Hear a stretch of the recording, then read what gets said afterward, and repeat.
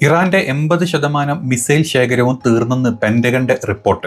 ബാക്കി വരുന്ന 20% മതി ഒരു 1000% എഫക്ട് തരാനെന്ന് കാണിച്ചുകൊണ്ട് ഇറാന്റെ മിസൈൽ ആവനാഴിയിലെ ഇതുവരെ തൊടാത്ത ഖൊറാംഷെർ എന്ന് പറഞ്ഞിട്ടുള്ള അത്യാധുനിക ബാലിസ്റ്റിക് മിസൈലായിരുന്നു ഇന്നലെ രാത്രി ഇസ്രായേലിന്റെ പല ഭാഗങ്ങളിലും ഒന്നൊന്നായിട്ട് പതിച്ചുകൊണ്ടിരുന്നത്.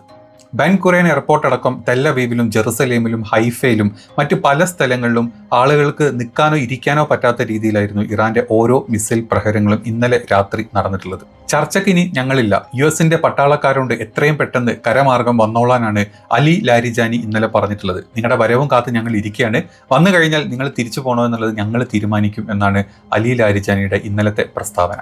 അപ്പോൾ ഇന്നലെ രാത്രി നടന്നിട്ടുള്ള കുറച്ച് അപ്ഡേറ്റുകളാണ് നമ്മൾ പറയുന്നത്. ലൈവിൽ നമ്മൾ പറഞ്ഞിരുന്നു, പക്ഷെ അതിൻ്റെ ഒരു കൺക്ലൂഡഡ് ആയിട്ടുള്ള ഒരു വീഡിയോ. അപ്പോൾ വീഡിയോ കാണുന്ന സമയത്ത് തന്നെ മാക്സിമം ലൈക്ക് ചെയ്ത് കാണാൻ ട്രൈ ചെയ്യുക, മാക്സിമം ആളുകളിലോട്ട് ഇതെത്തിക്കാൻ വേണ്ടിയിട്ടാണ് പറയുന്നത്. കാരണം ഇത്തരത്തിലുള്ള പല കാര്യങ്ങളും പുറത്തോട്ടുള്ള പല ചാനലുകളും വരുന്നില്ല. ഈവൻ എക്സിൽ പോലും ഇത്തരത്തിലുള്ള പല ന്യൂസുകളും കഴിഞ്ഞ ഒരു 3 ദിവസങ്ങളായിട്ട് മാക്സിമം ഹൈഡ് ചെയ്തിട്ട്, അതല്ലെങ്കിൽ അത് ഫിൽട്ടർ ചെയ്തിട്ട് മാത്രമേ എക്സ് പോലും ഫീഡുകളിലോട്ട് തരുന്നതായിട്ടുള്ള റിപ്പോർട്ടുകൾ വരുന്നത്.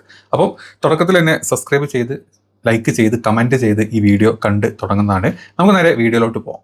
ഇറാന്റെ കയ്യിലുള്ള 80% മിസൈൽ ശേഖരങ്ങളും തീർന്നു എന്നാണ് അമേരിക്കയുടെ പെന്റഗന്റെ സൈഡിൽ നിന്നുള്ള റിപ്പോർട്ട് വന്നിട്ട്. ഈ ഒരു വാർത്ത കേട്ട സമയത്ത് തന്നെ ഇറാൻ ഇതുവരെ തങ്ങളുടെ ആവനാഴിയിൽ സൂക്ഷിച്ചു വെച്ചിട്ടുള്ള അവരുടെ ഏറ്റവും ശക്തമായിട്ടുള്ള മിസൈൽ തന്നെ പുറത്തെടുത്തിട്ടുണ്ട്. ഖൊറാംഷെർ 4 എന്ന് പറഞ്ഞിട്ടുള്ള ഖൈബർ എന്ന് പറഞ്ഞിട്ടുള്ള ഒരു മിസൈൽ ഏകദേശം 2500 മുതൽ 3000 കിലോമീറ്റർ വരെ ദൂരപരിധിയുണ്ട്. അതുപോലെ തന്നെ 1 ടൺ സ്ഫോടക വസ്തുക്കൾ, അതായത് 1000 കിലോ സ്ഫോടക വസ്തുക്കൾ വഹിച്ചു കൊണ്ടുപോയി ശബ്ദത്തേക്കാൾ ദൂരത്തിൽ അല്ലെങ്കിൽ വേഗത്തിൽ സഞ്ചരിക്കാൻ പറ്റുന്ന, പോകുന്ന വഴിയിൽ തന്നെ തൻ്റെ പാത മാറ്റാനും തിരിക്കാനും പല രീതിയിൽ ചേഞ്ച് ചെയ്യാനും സാധിക്കുന്ന ഈ മിസൈലുകളായിരുന്നു ഇന്നലെ രാത്രി ഇസ്രായേലിൻ്റെ എതിരെ ഇസ്രായേലിലോട്ട് ഇറാൻ തൊടുത്തു വിട്ടതായിട്ടുള്ള റിപ്പോർട്ടുകൾ വന്നത്. ടെല്ലവീവിലും ജെറുസലേമിലും ഹൈഫയിലും ഇസ്രായേലിൻ്റെ മറ്റ് എയർപോർട്ടുകളിലോട്ടൊക്കെ ഇതിൻ്റെ ഭാഗങ്ങൾ പതിച്ചിട്ടുണ്ട്. അതിൻ്റെ പല വീഡിയോ ക്ലിപ്പുകളും ഇന്നലെ രാത്രി തന്നെ പുറത്തോട്ട് വന്നിട്ടുണ്ട്. കഴിഞ്ഞ കുറച്ച് ദിവസങ്ങളായിട്ട് നോക്കിക്കഴിഞ്ഞാൽ മനസ്സിലാവും, ഒരു 3 മുതൽ 4 ദിവസം വരെ ആയിട്ട് എക്സ് പ്ലാറ്റ്ഫോമുകളിൽ പലതരത്തിലുള്ള ഇത്തരത്തിലുള്ള വീഡിയോസ് ഫിൽട്ടർ ചെയ്ത് കാണാതായിട്ടുണ്ട്. അത് തന്നെ ഏറ്റവും കൂടുതൽ ആ ഒരു കോമ്പിനേഷൻ, അതല്ലെങ്കിൽ അമേരിക്കൻ അല്ലെങ്കിൽ എക്സ്, നമുക്കറിയാം എലോൺ മസ്കിൻ്റെ എക്സും ഇസ്രായേലി പ്രധാനമന്ത്രി നെതന്യാഹുവിൻ്റെ പലതരത്തിലുള്ള ഇടപെടലുകളും ഇതിലുണ്ടെന്നാണ് പല വിദഗ്ധരും പറഞ്ഞിട്ടുള്ളത്.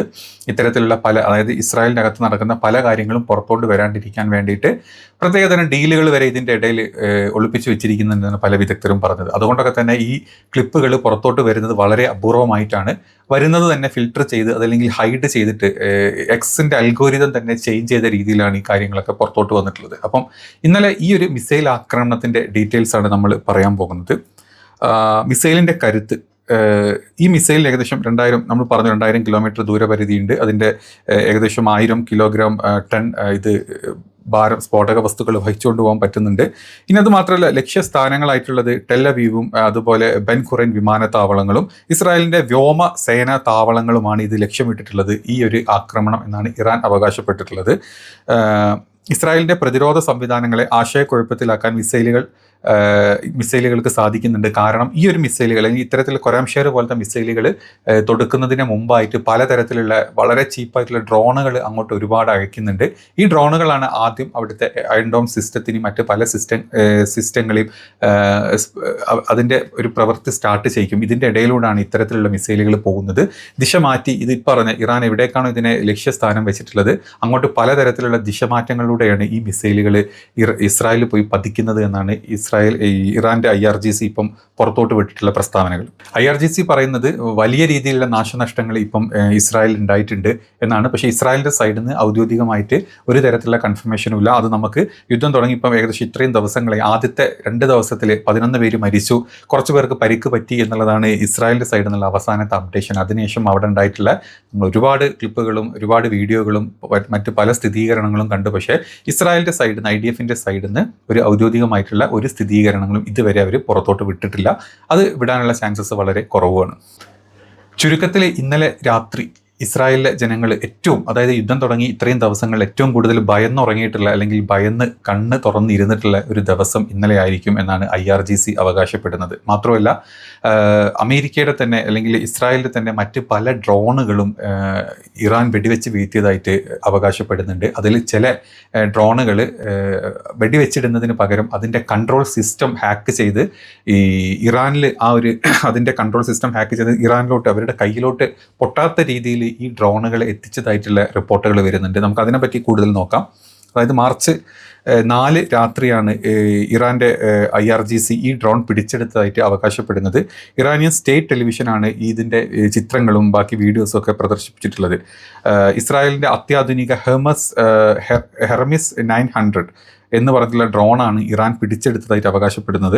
മിസൈൽ ഉപയോഗിച്ചിട്ട് വെടിവെച്ചിടുന്നതിന് പകരം ഈ ഇലക്ട്രോണിക് സംവിധാനങ്ങൾ ഉപയോഗിച്ച് ഡ്രോണിൻ്റെ നിയന്ത്രണം ഏറ്റെടുത്ത് അത് ഇറാൻ്റെ കൈക്കലാക്കുക ചെയ്തിരുന്നത്. ഇതിലൂടെ ഡ്രോണിൻ്റെ സ്വയം നശീകരണ സംവിധാനങ്ങൾ ഒഴിവാക്കാൻ ഇറാന് സാധിച്ചിട്ടുണ്ട് എന്നാണ് പറയുന്നത്.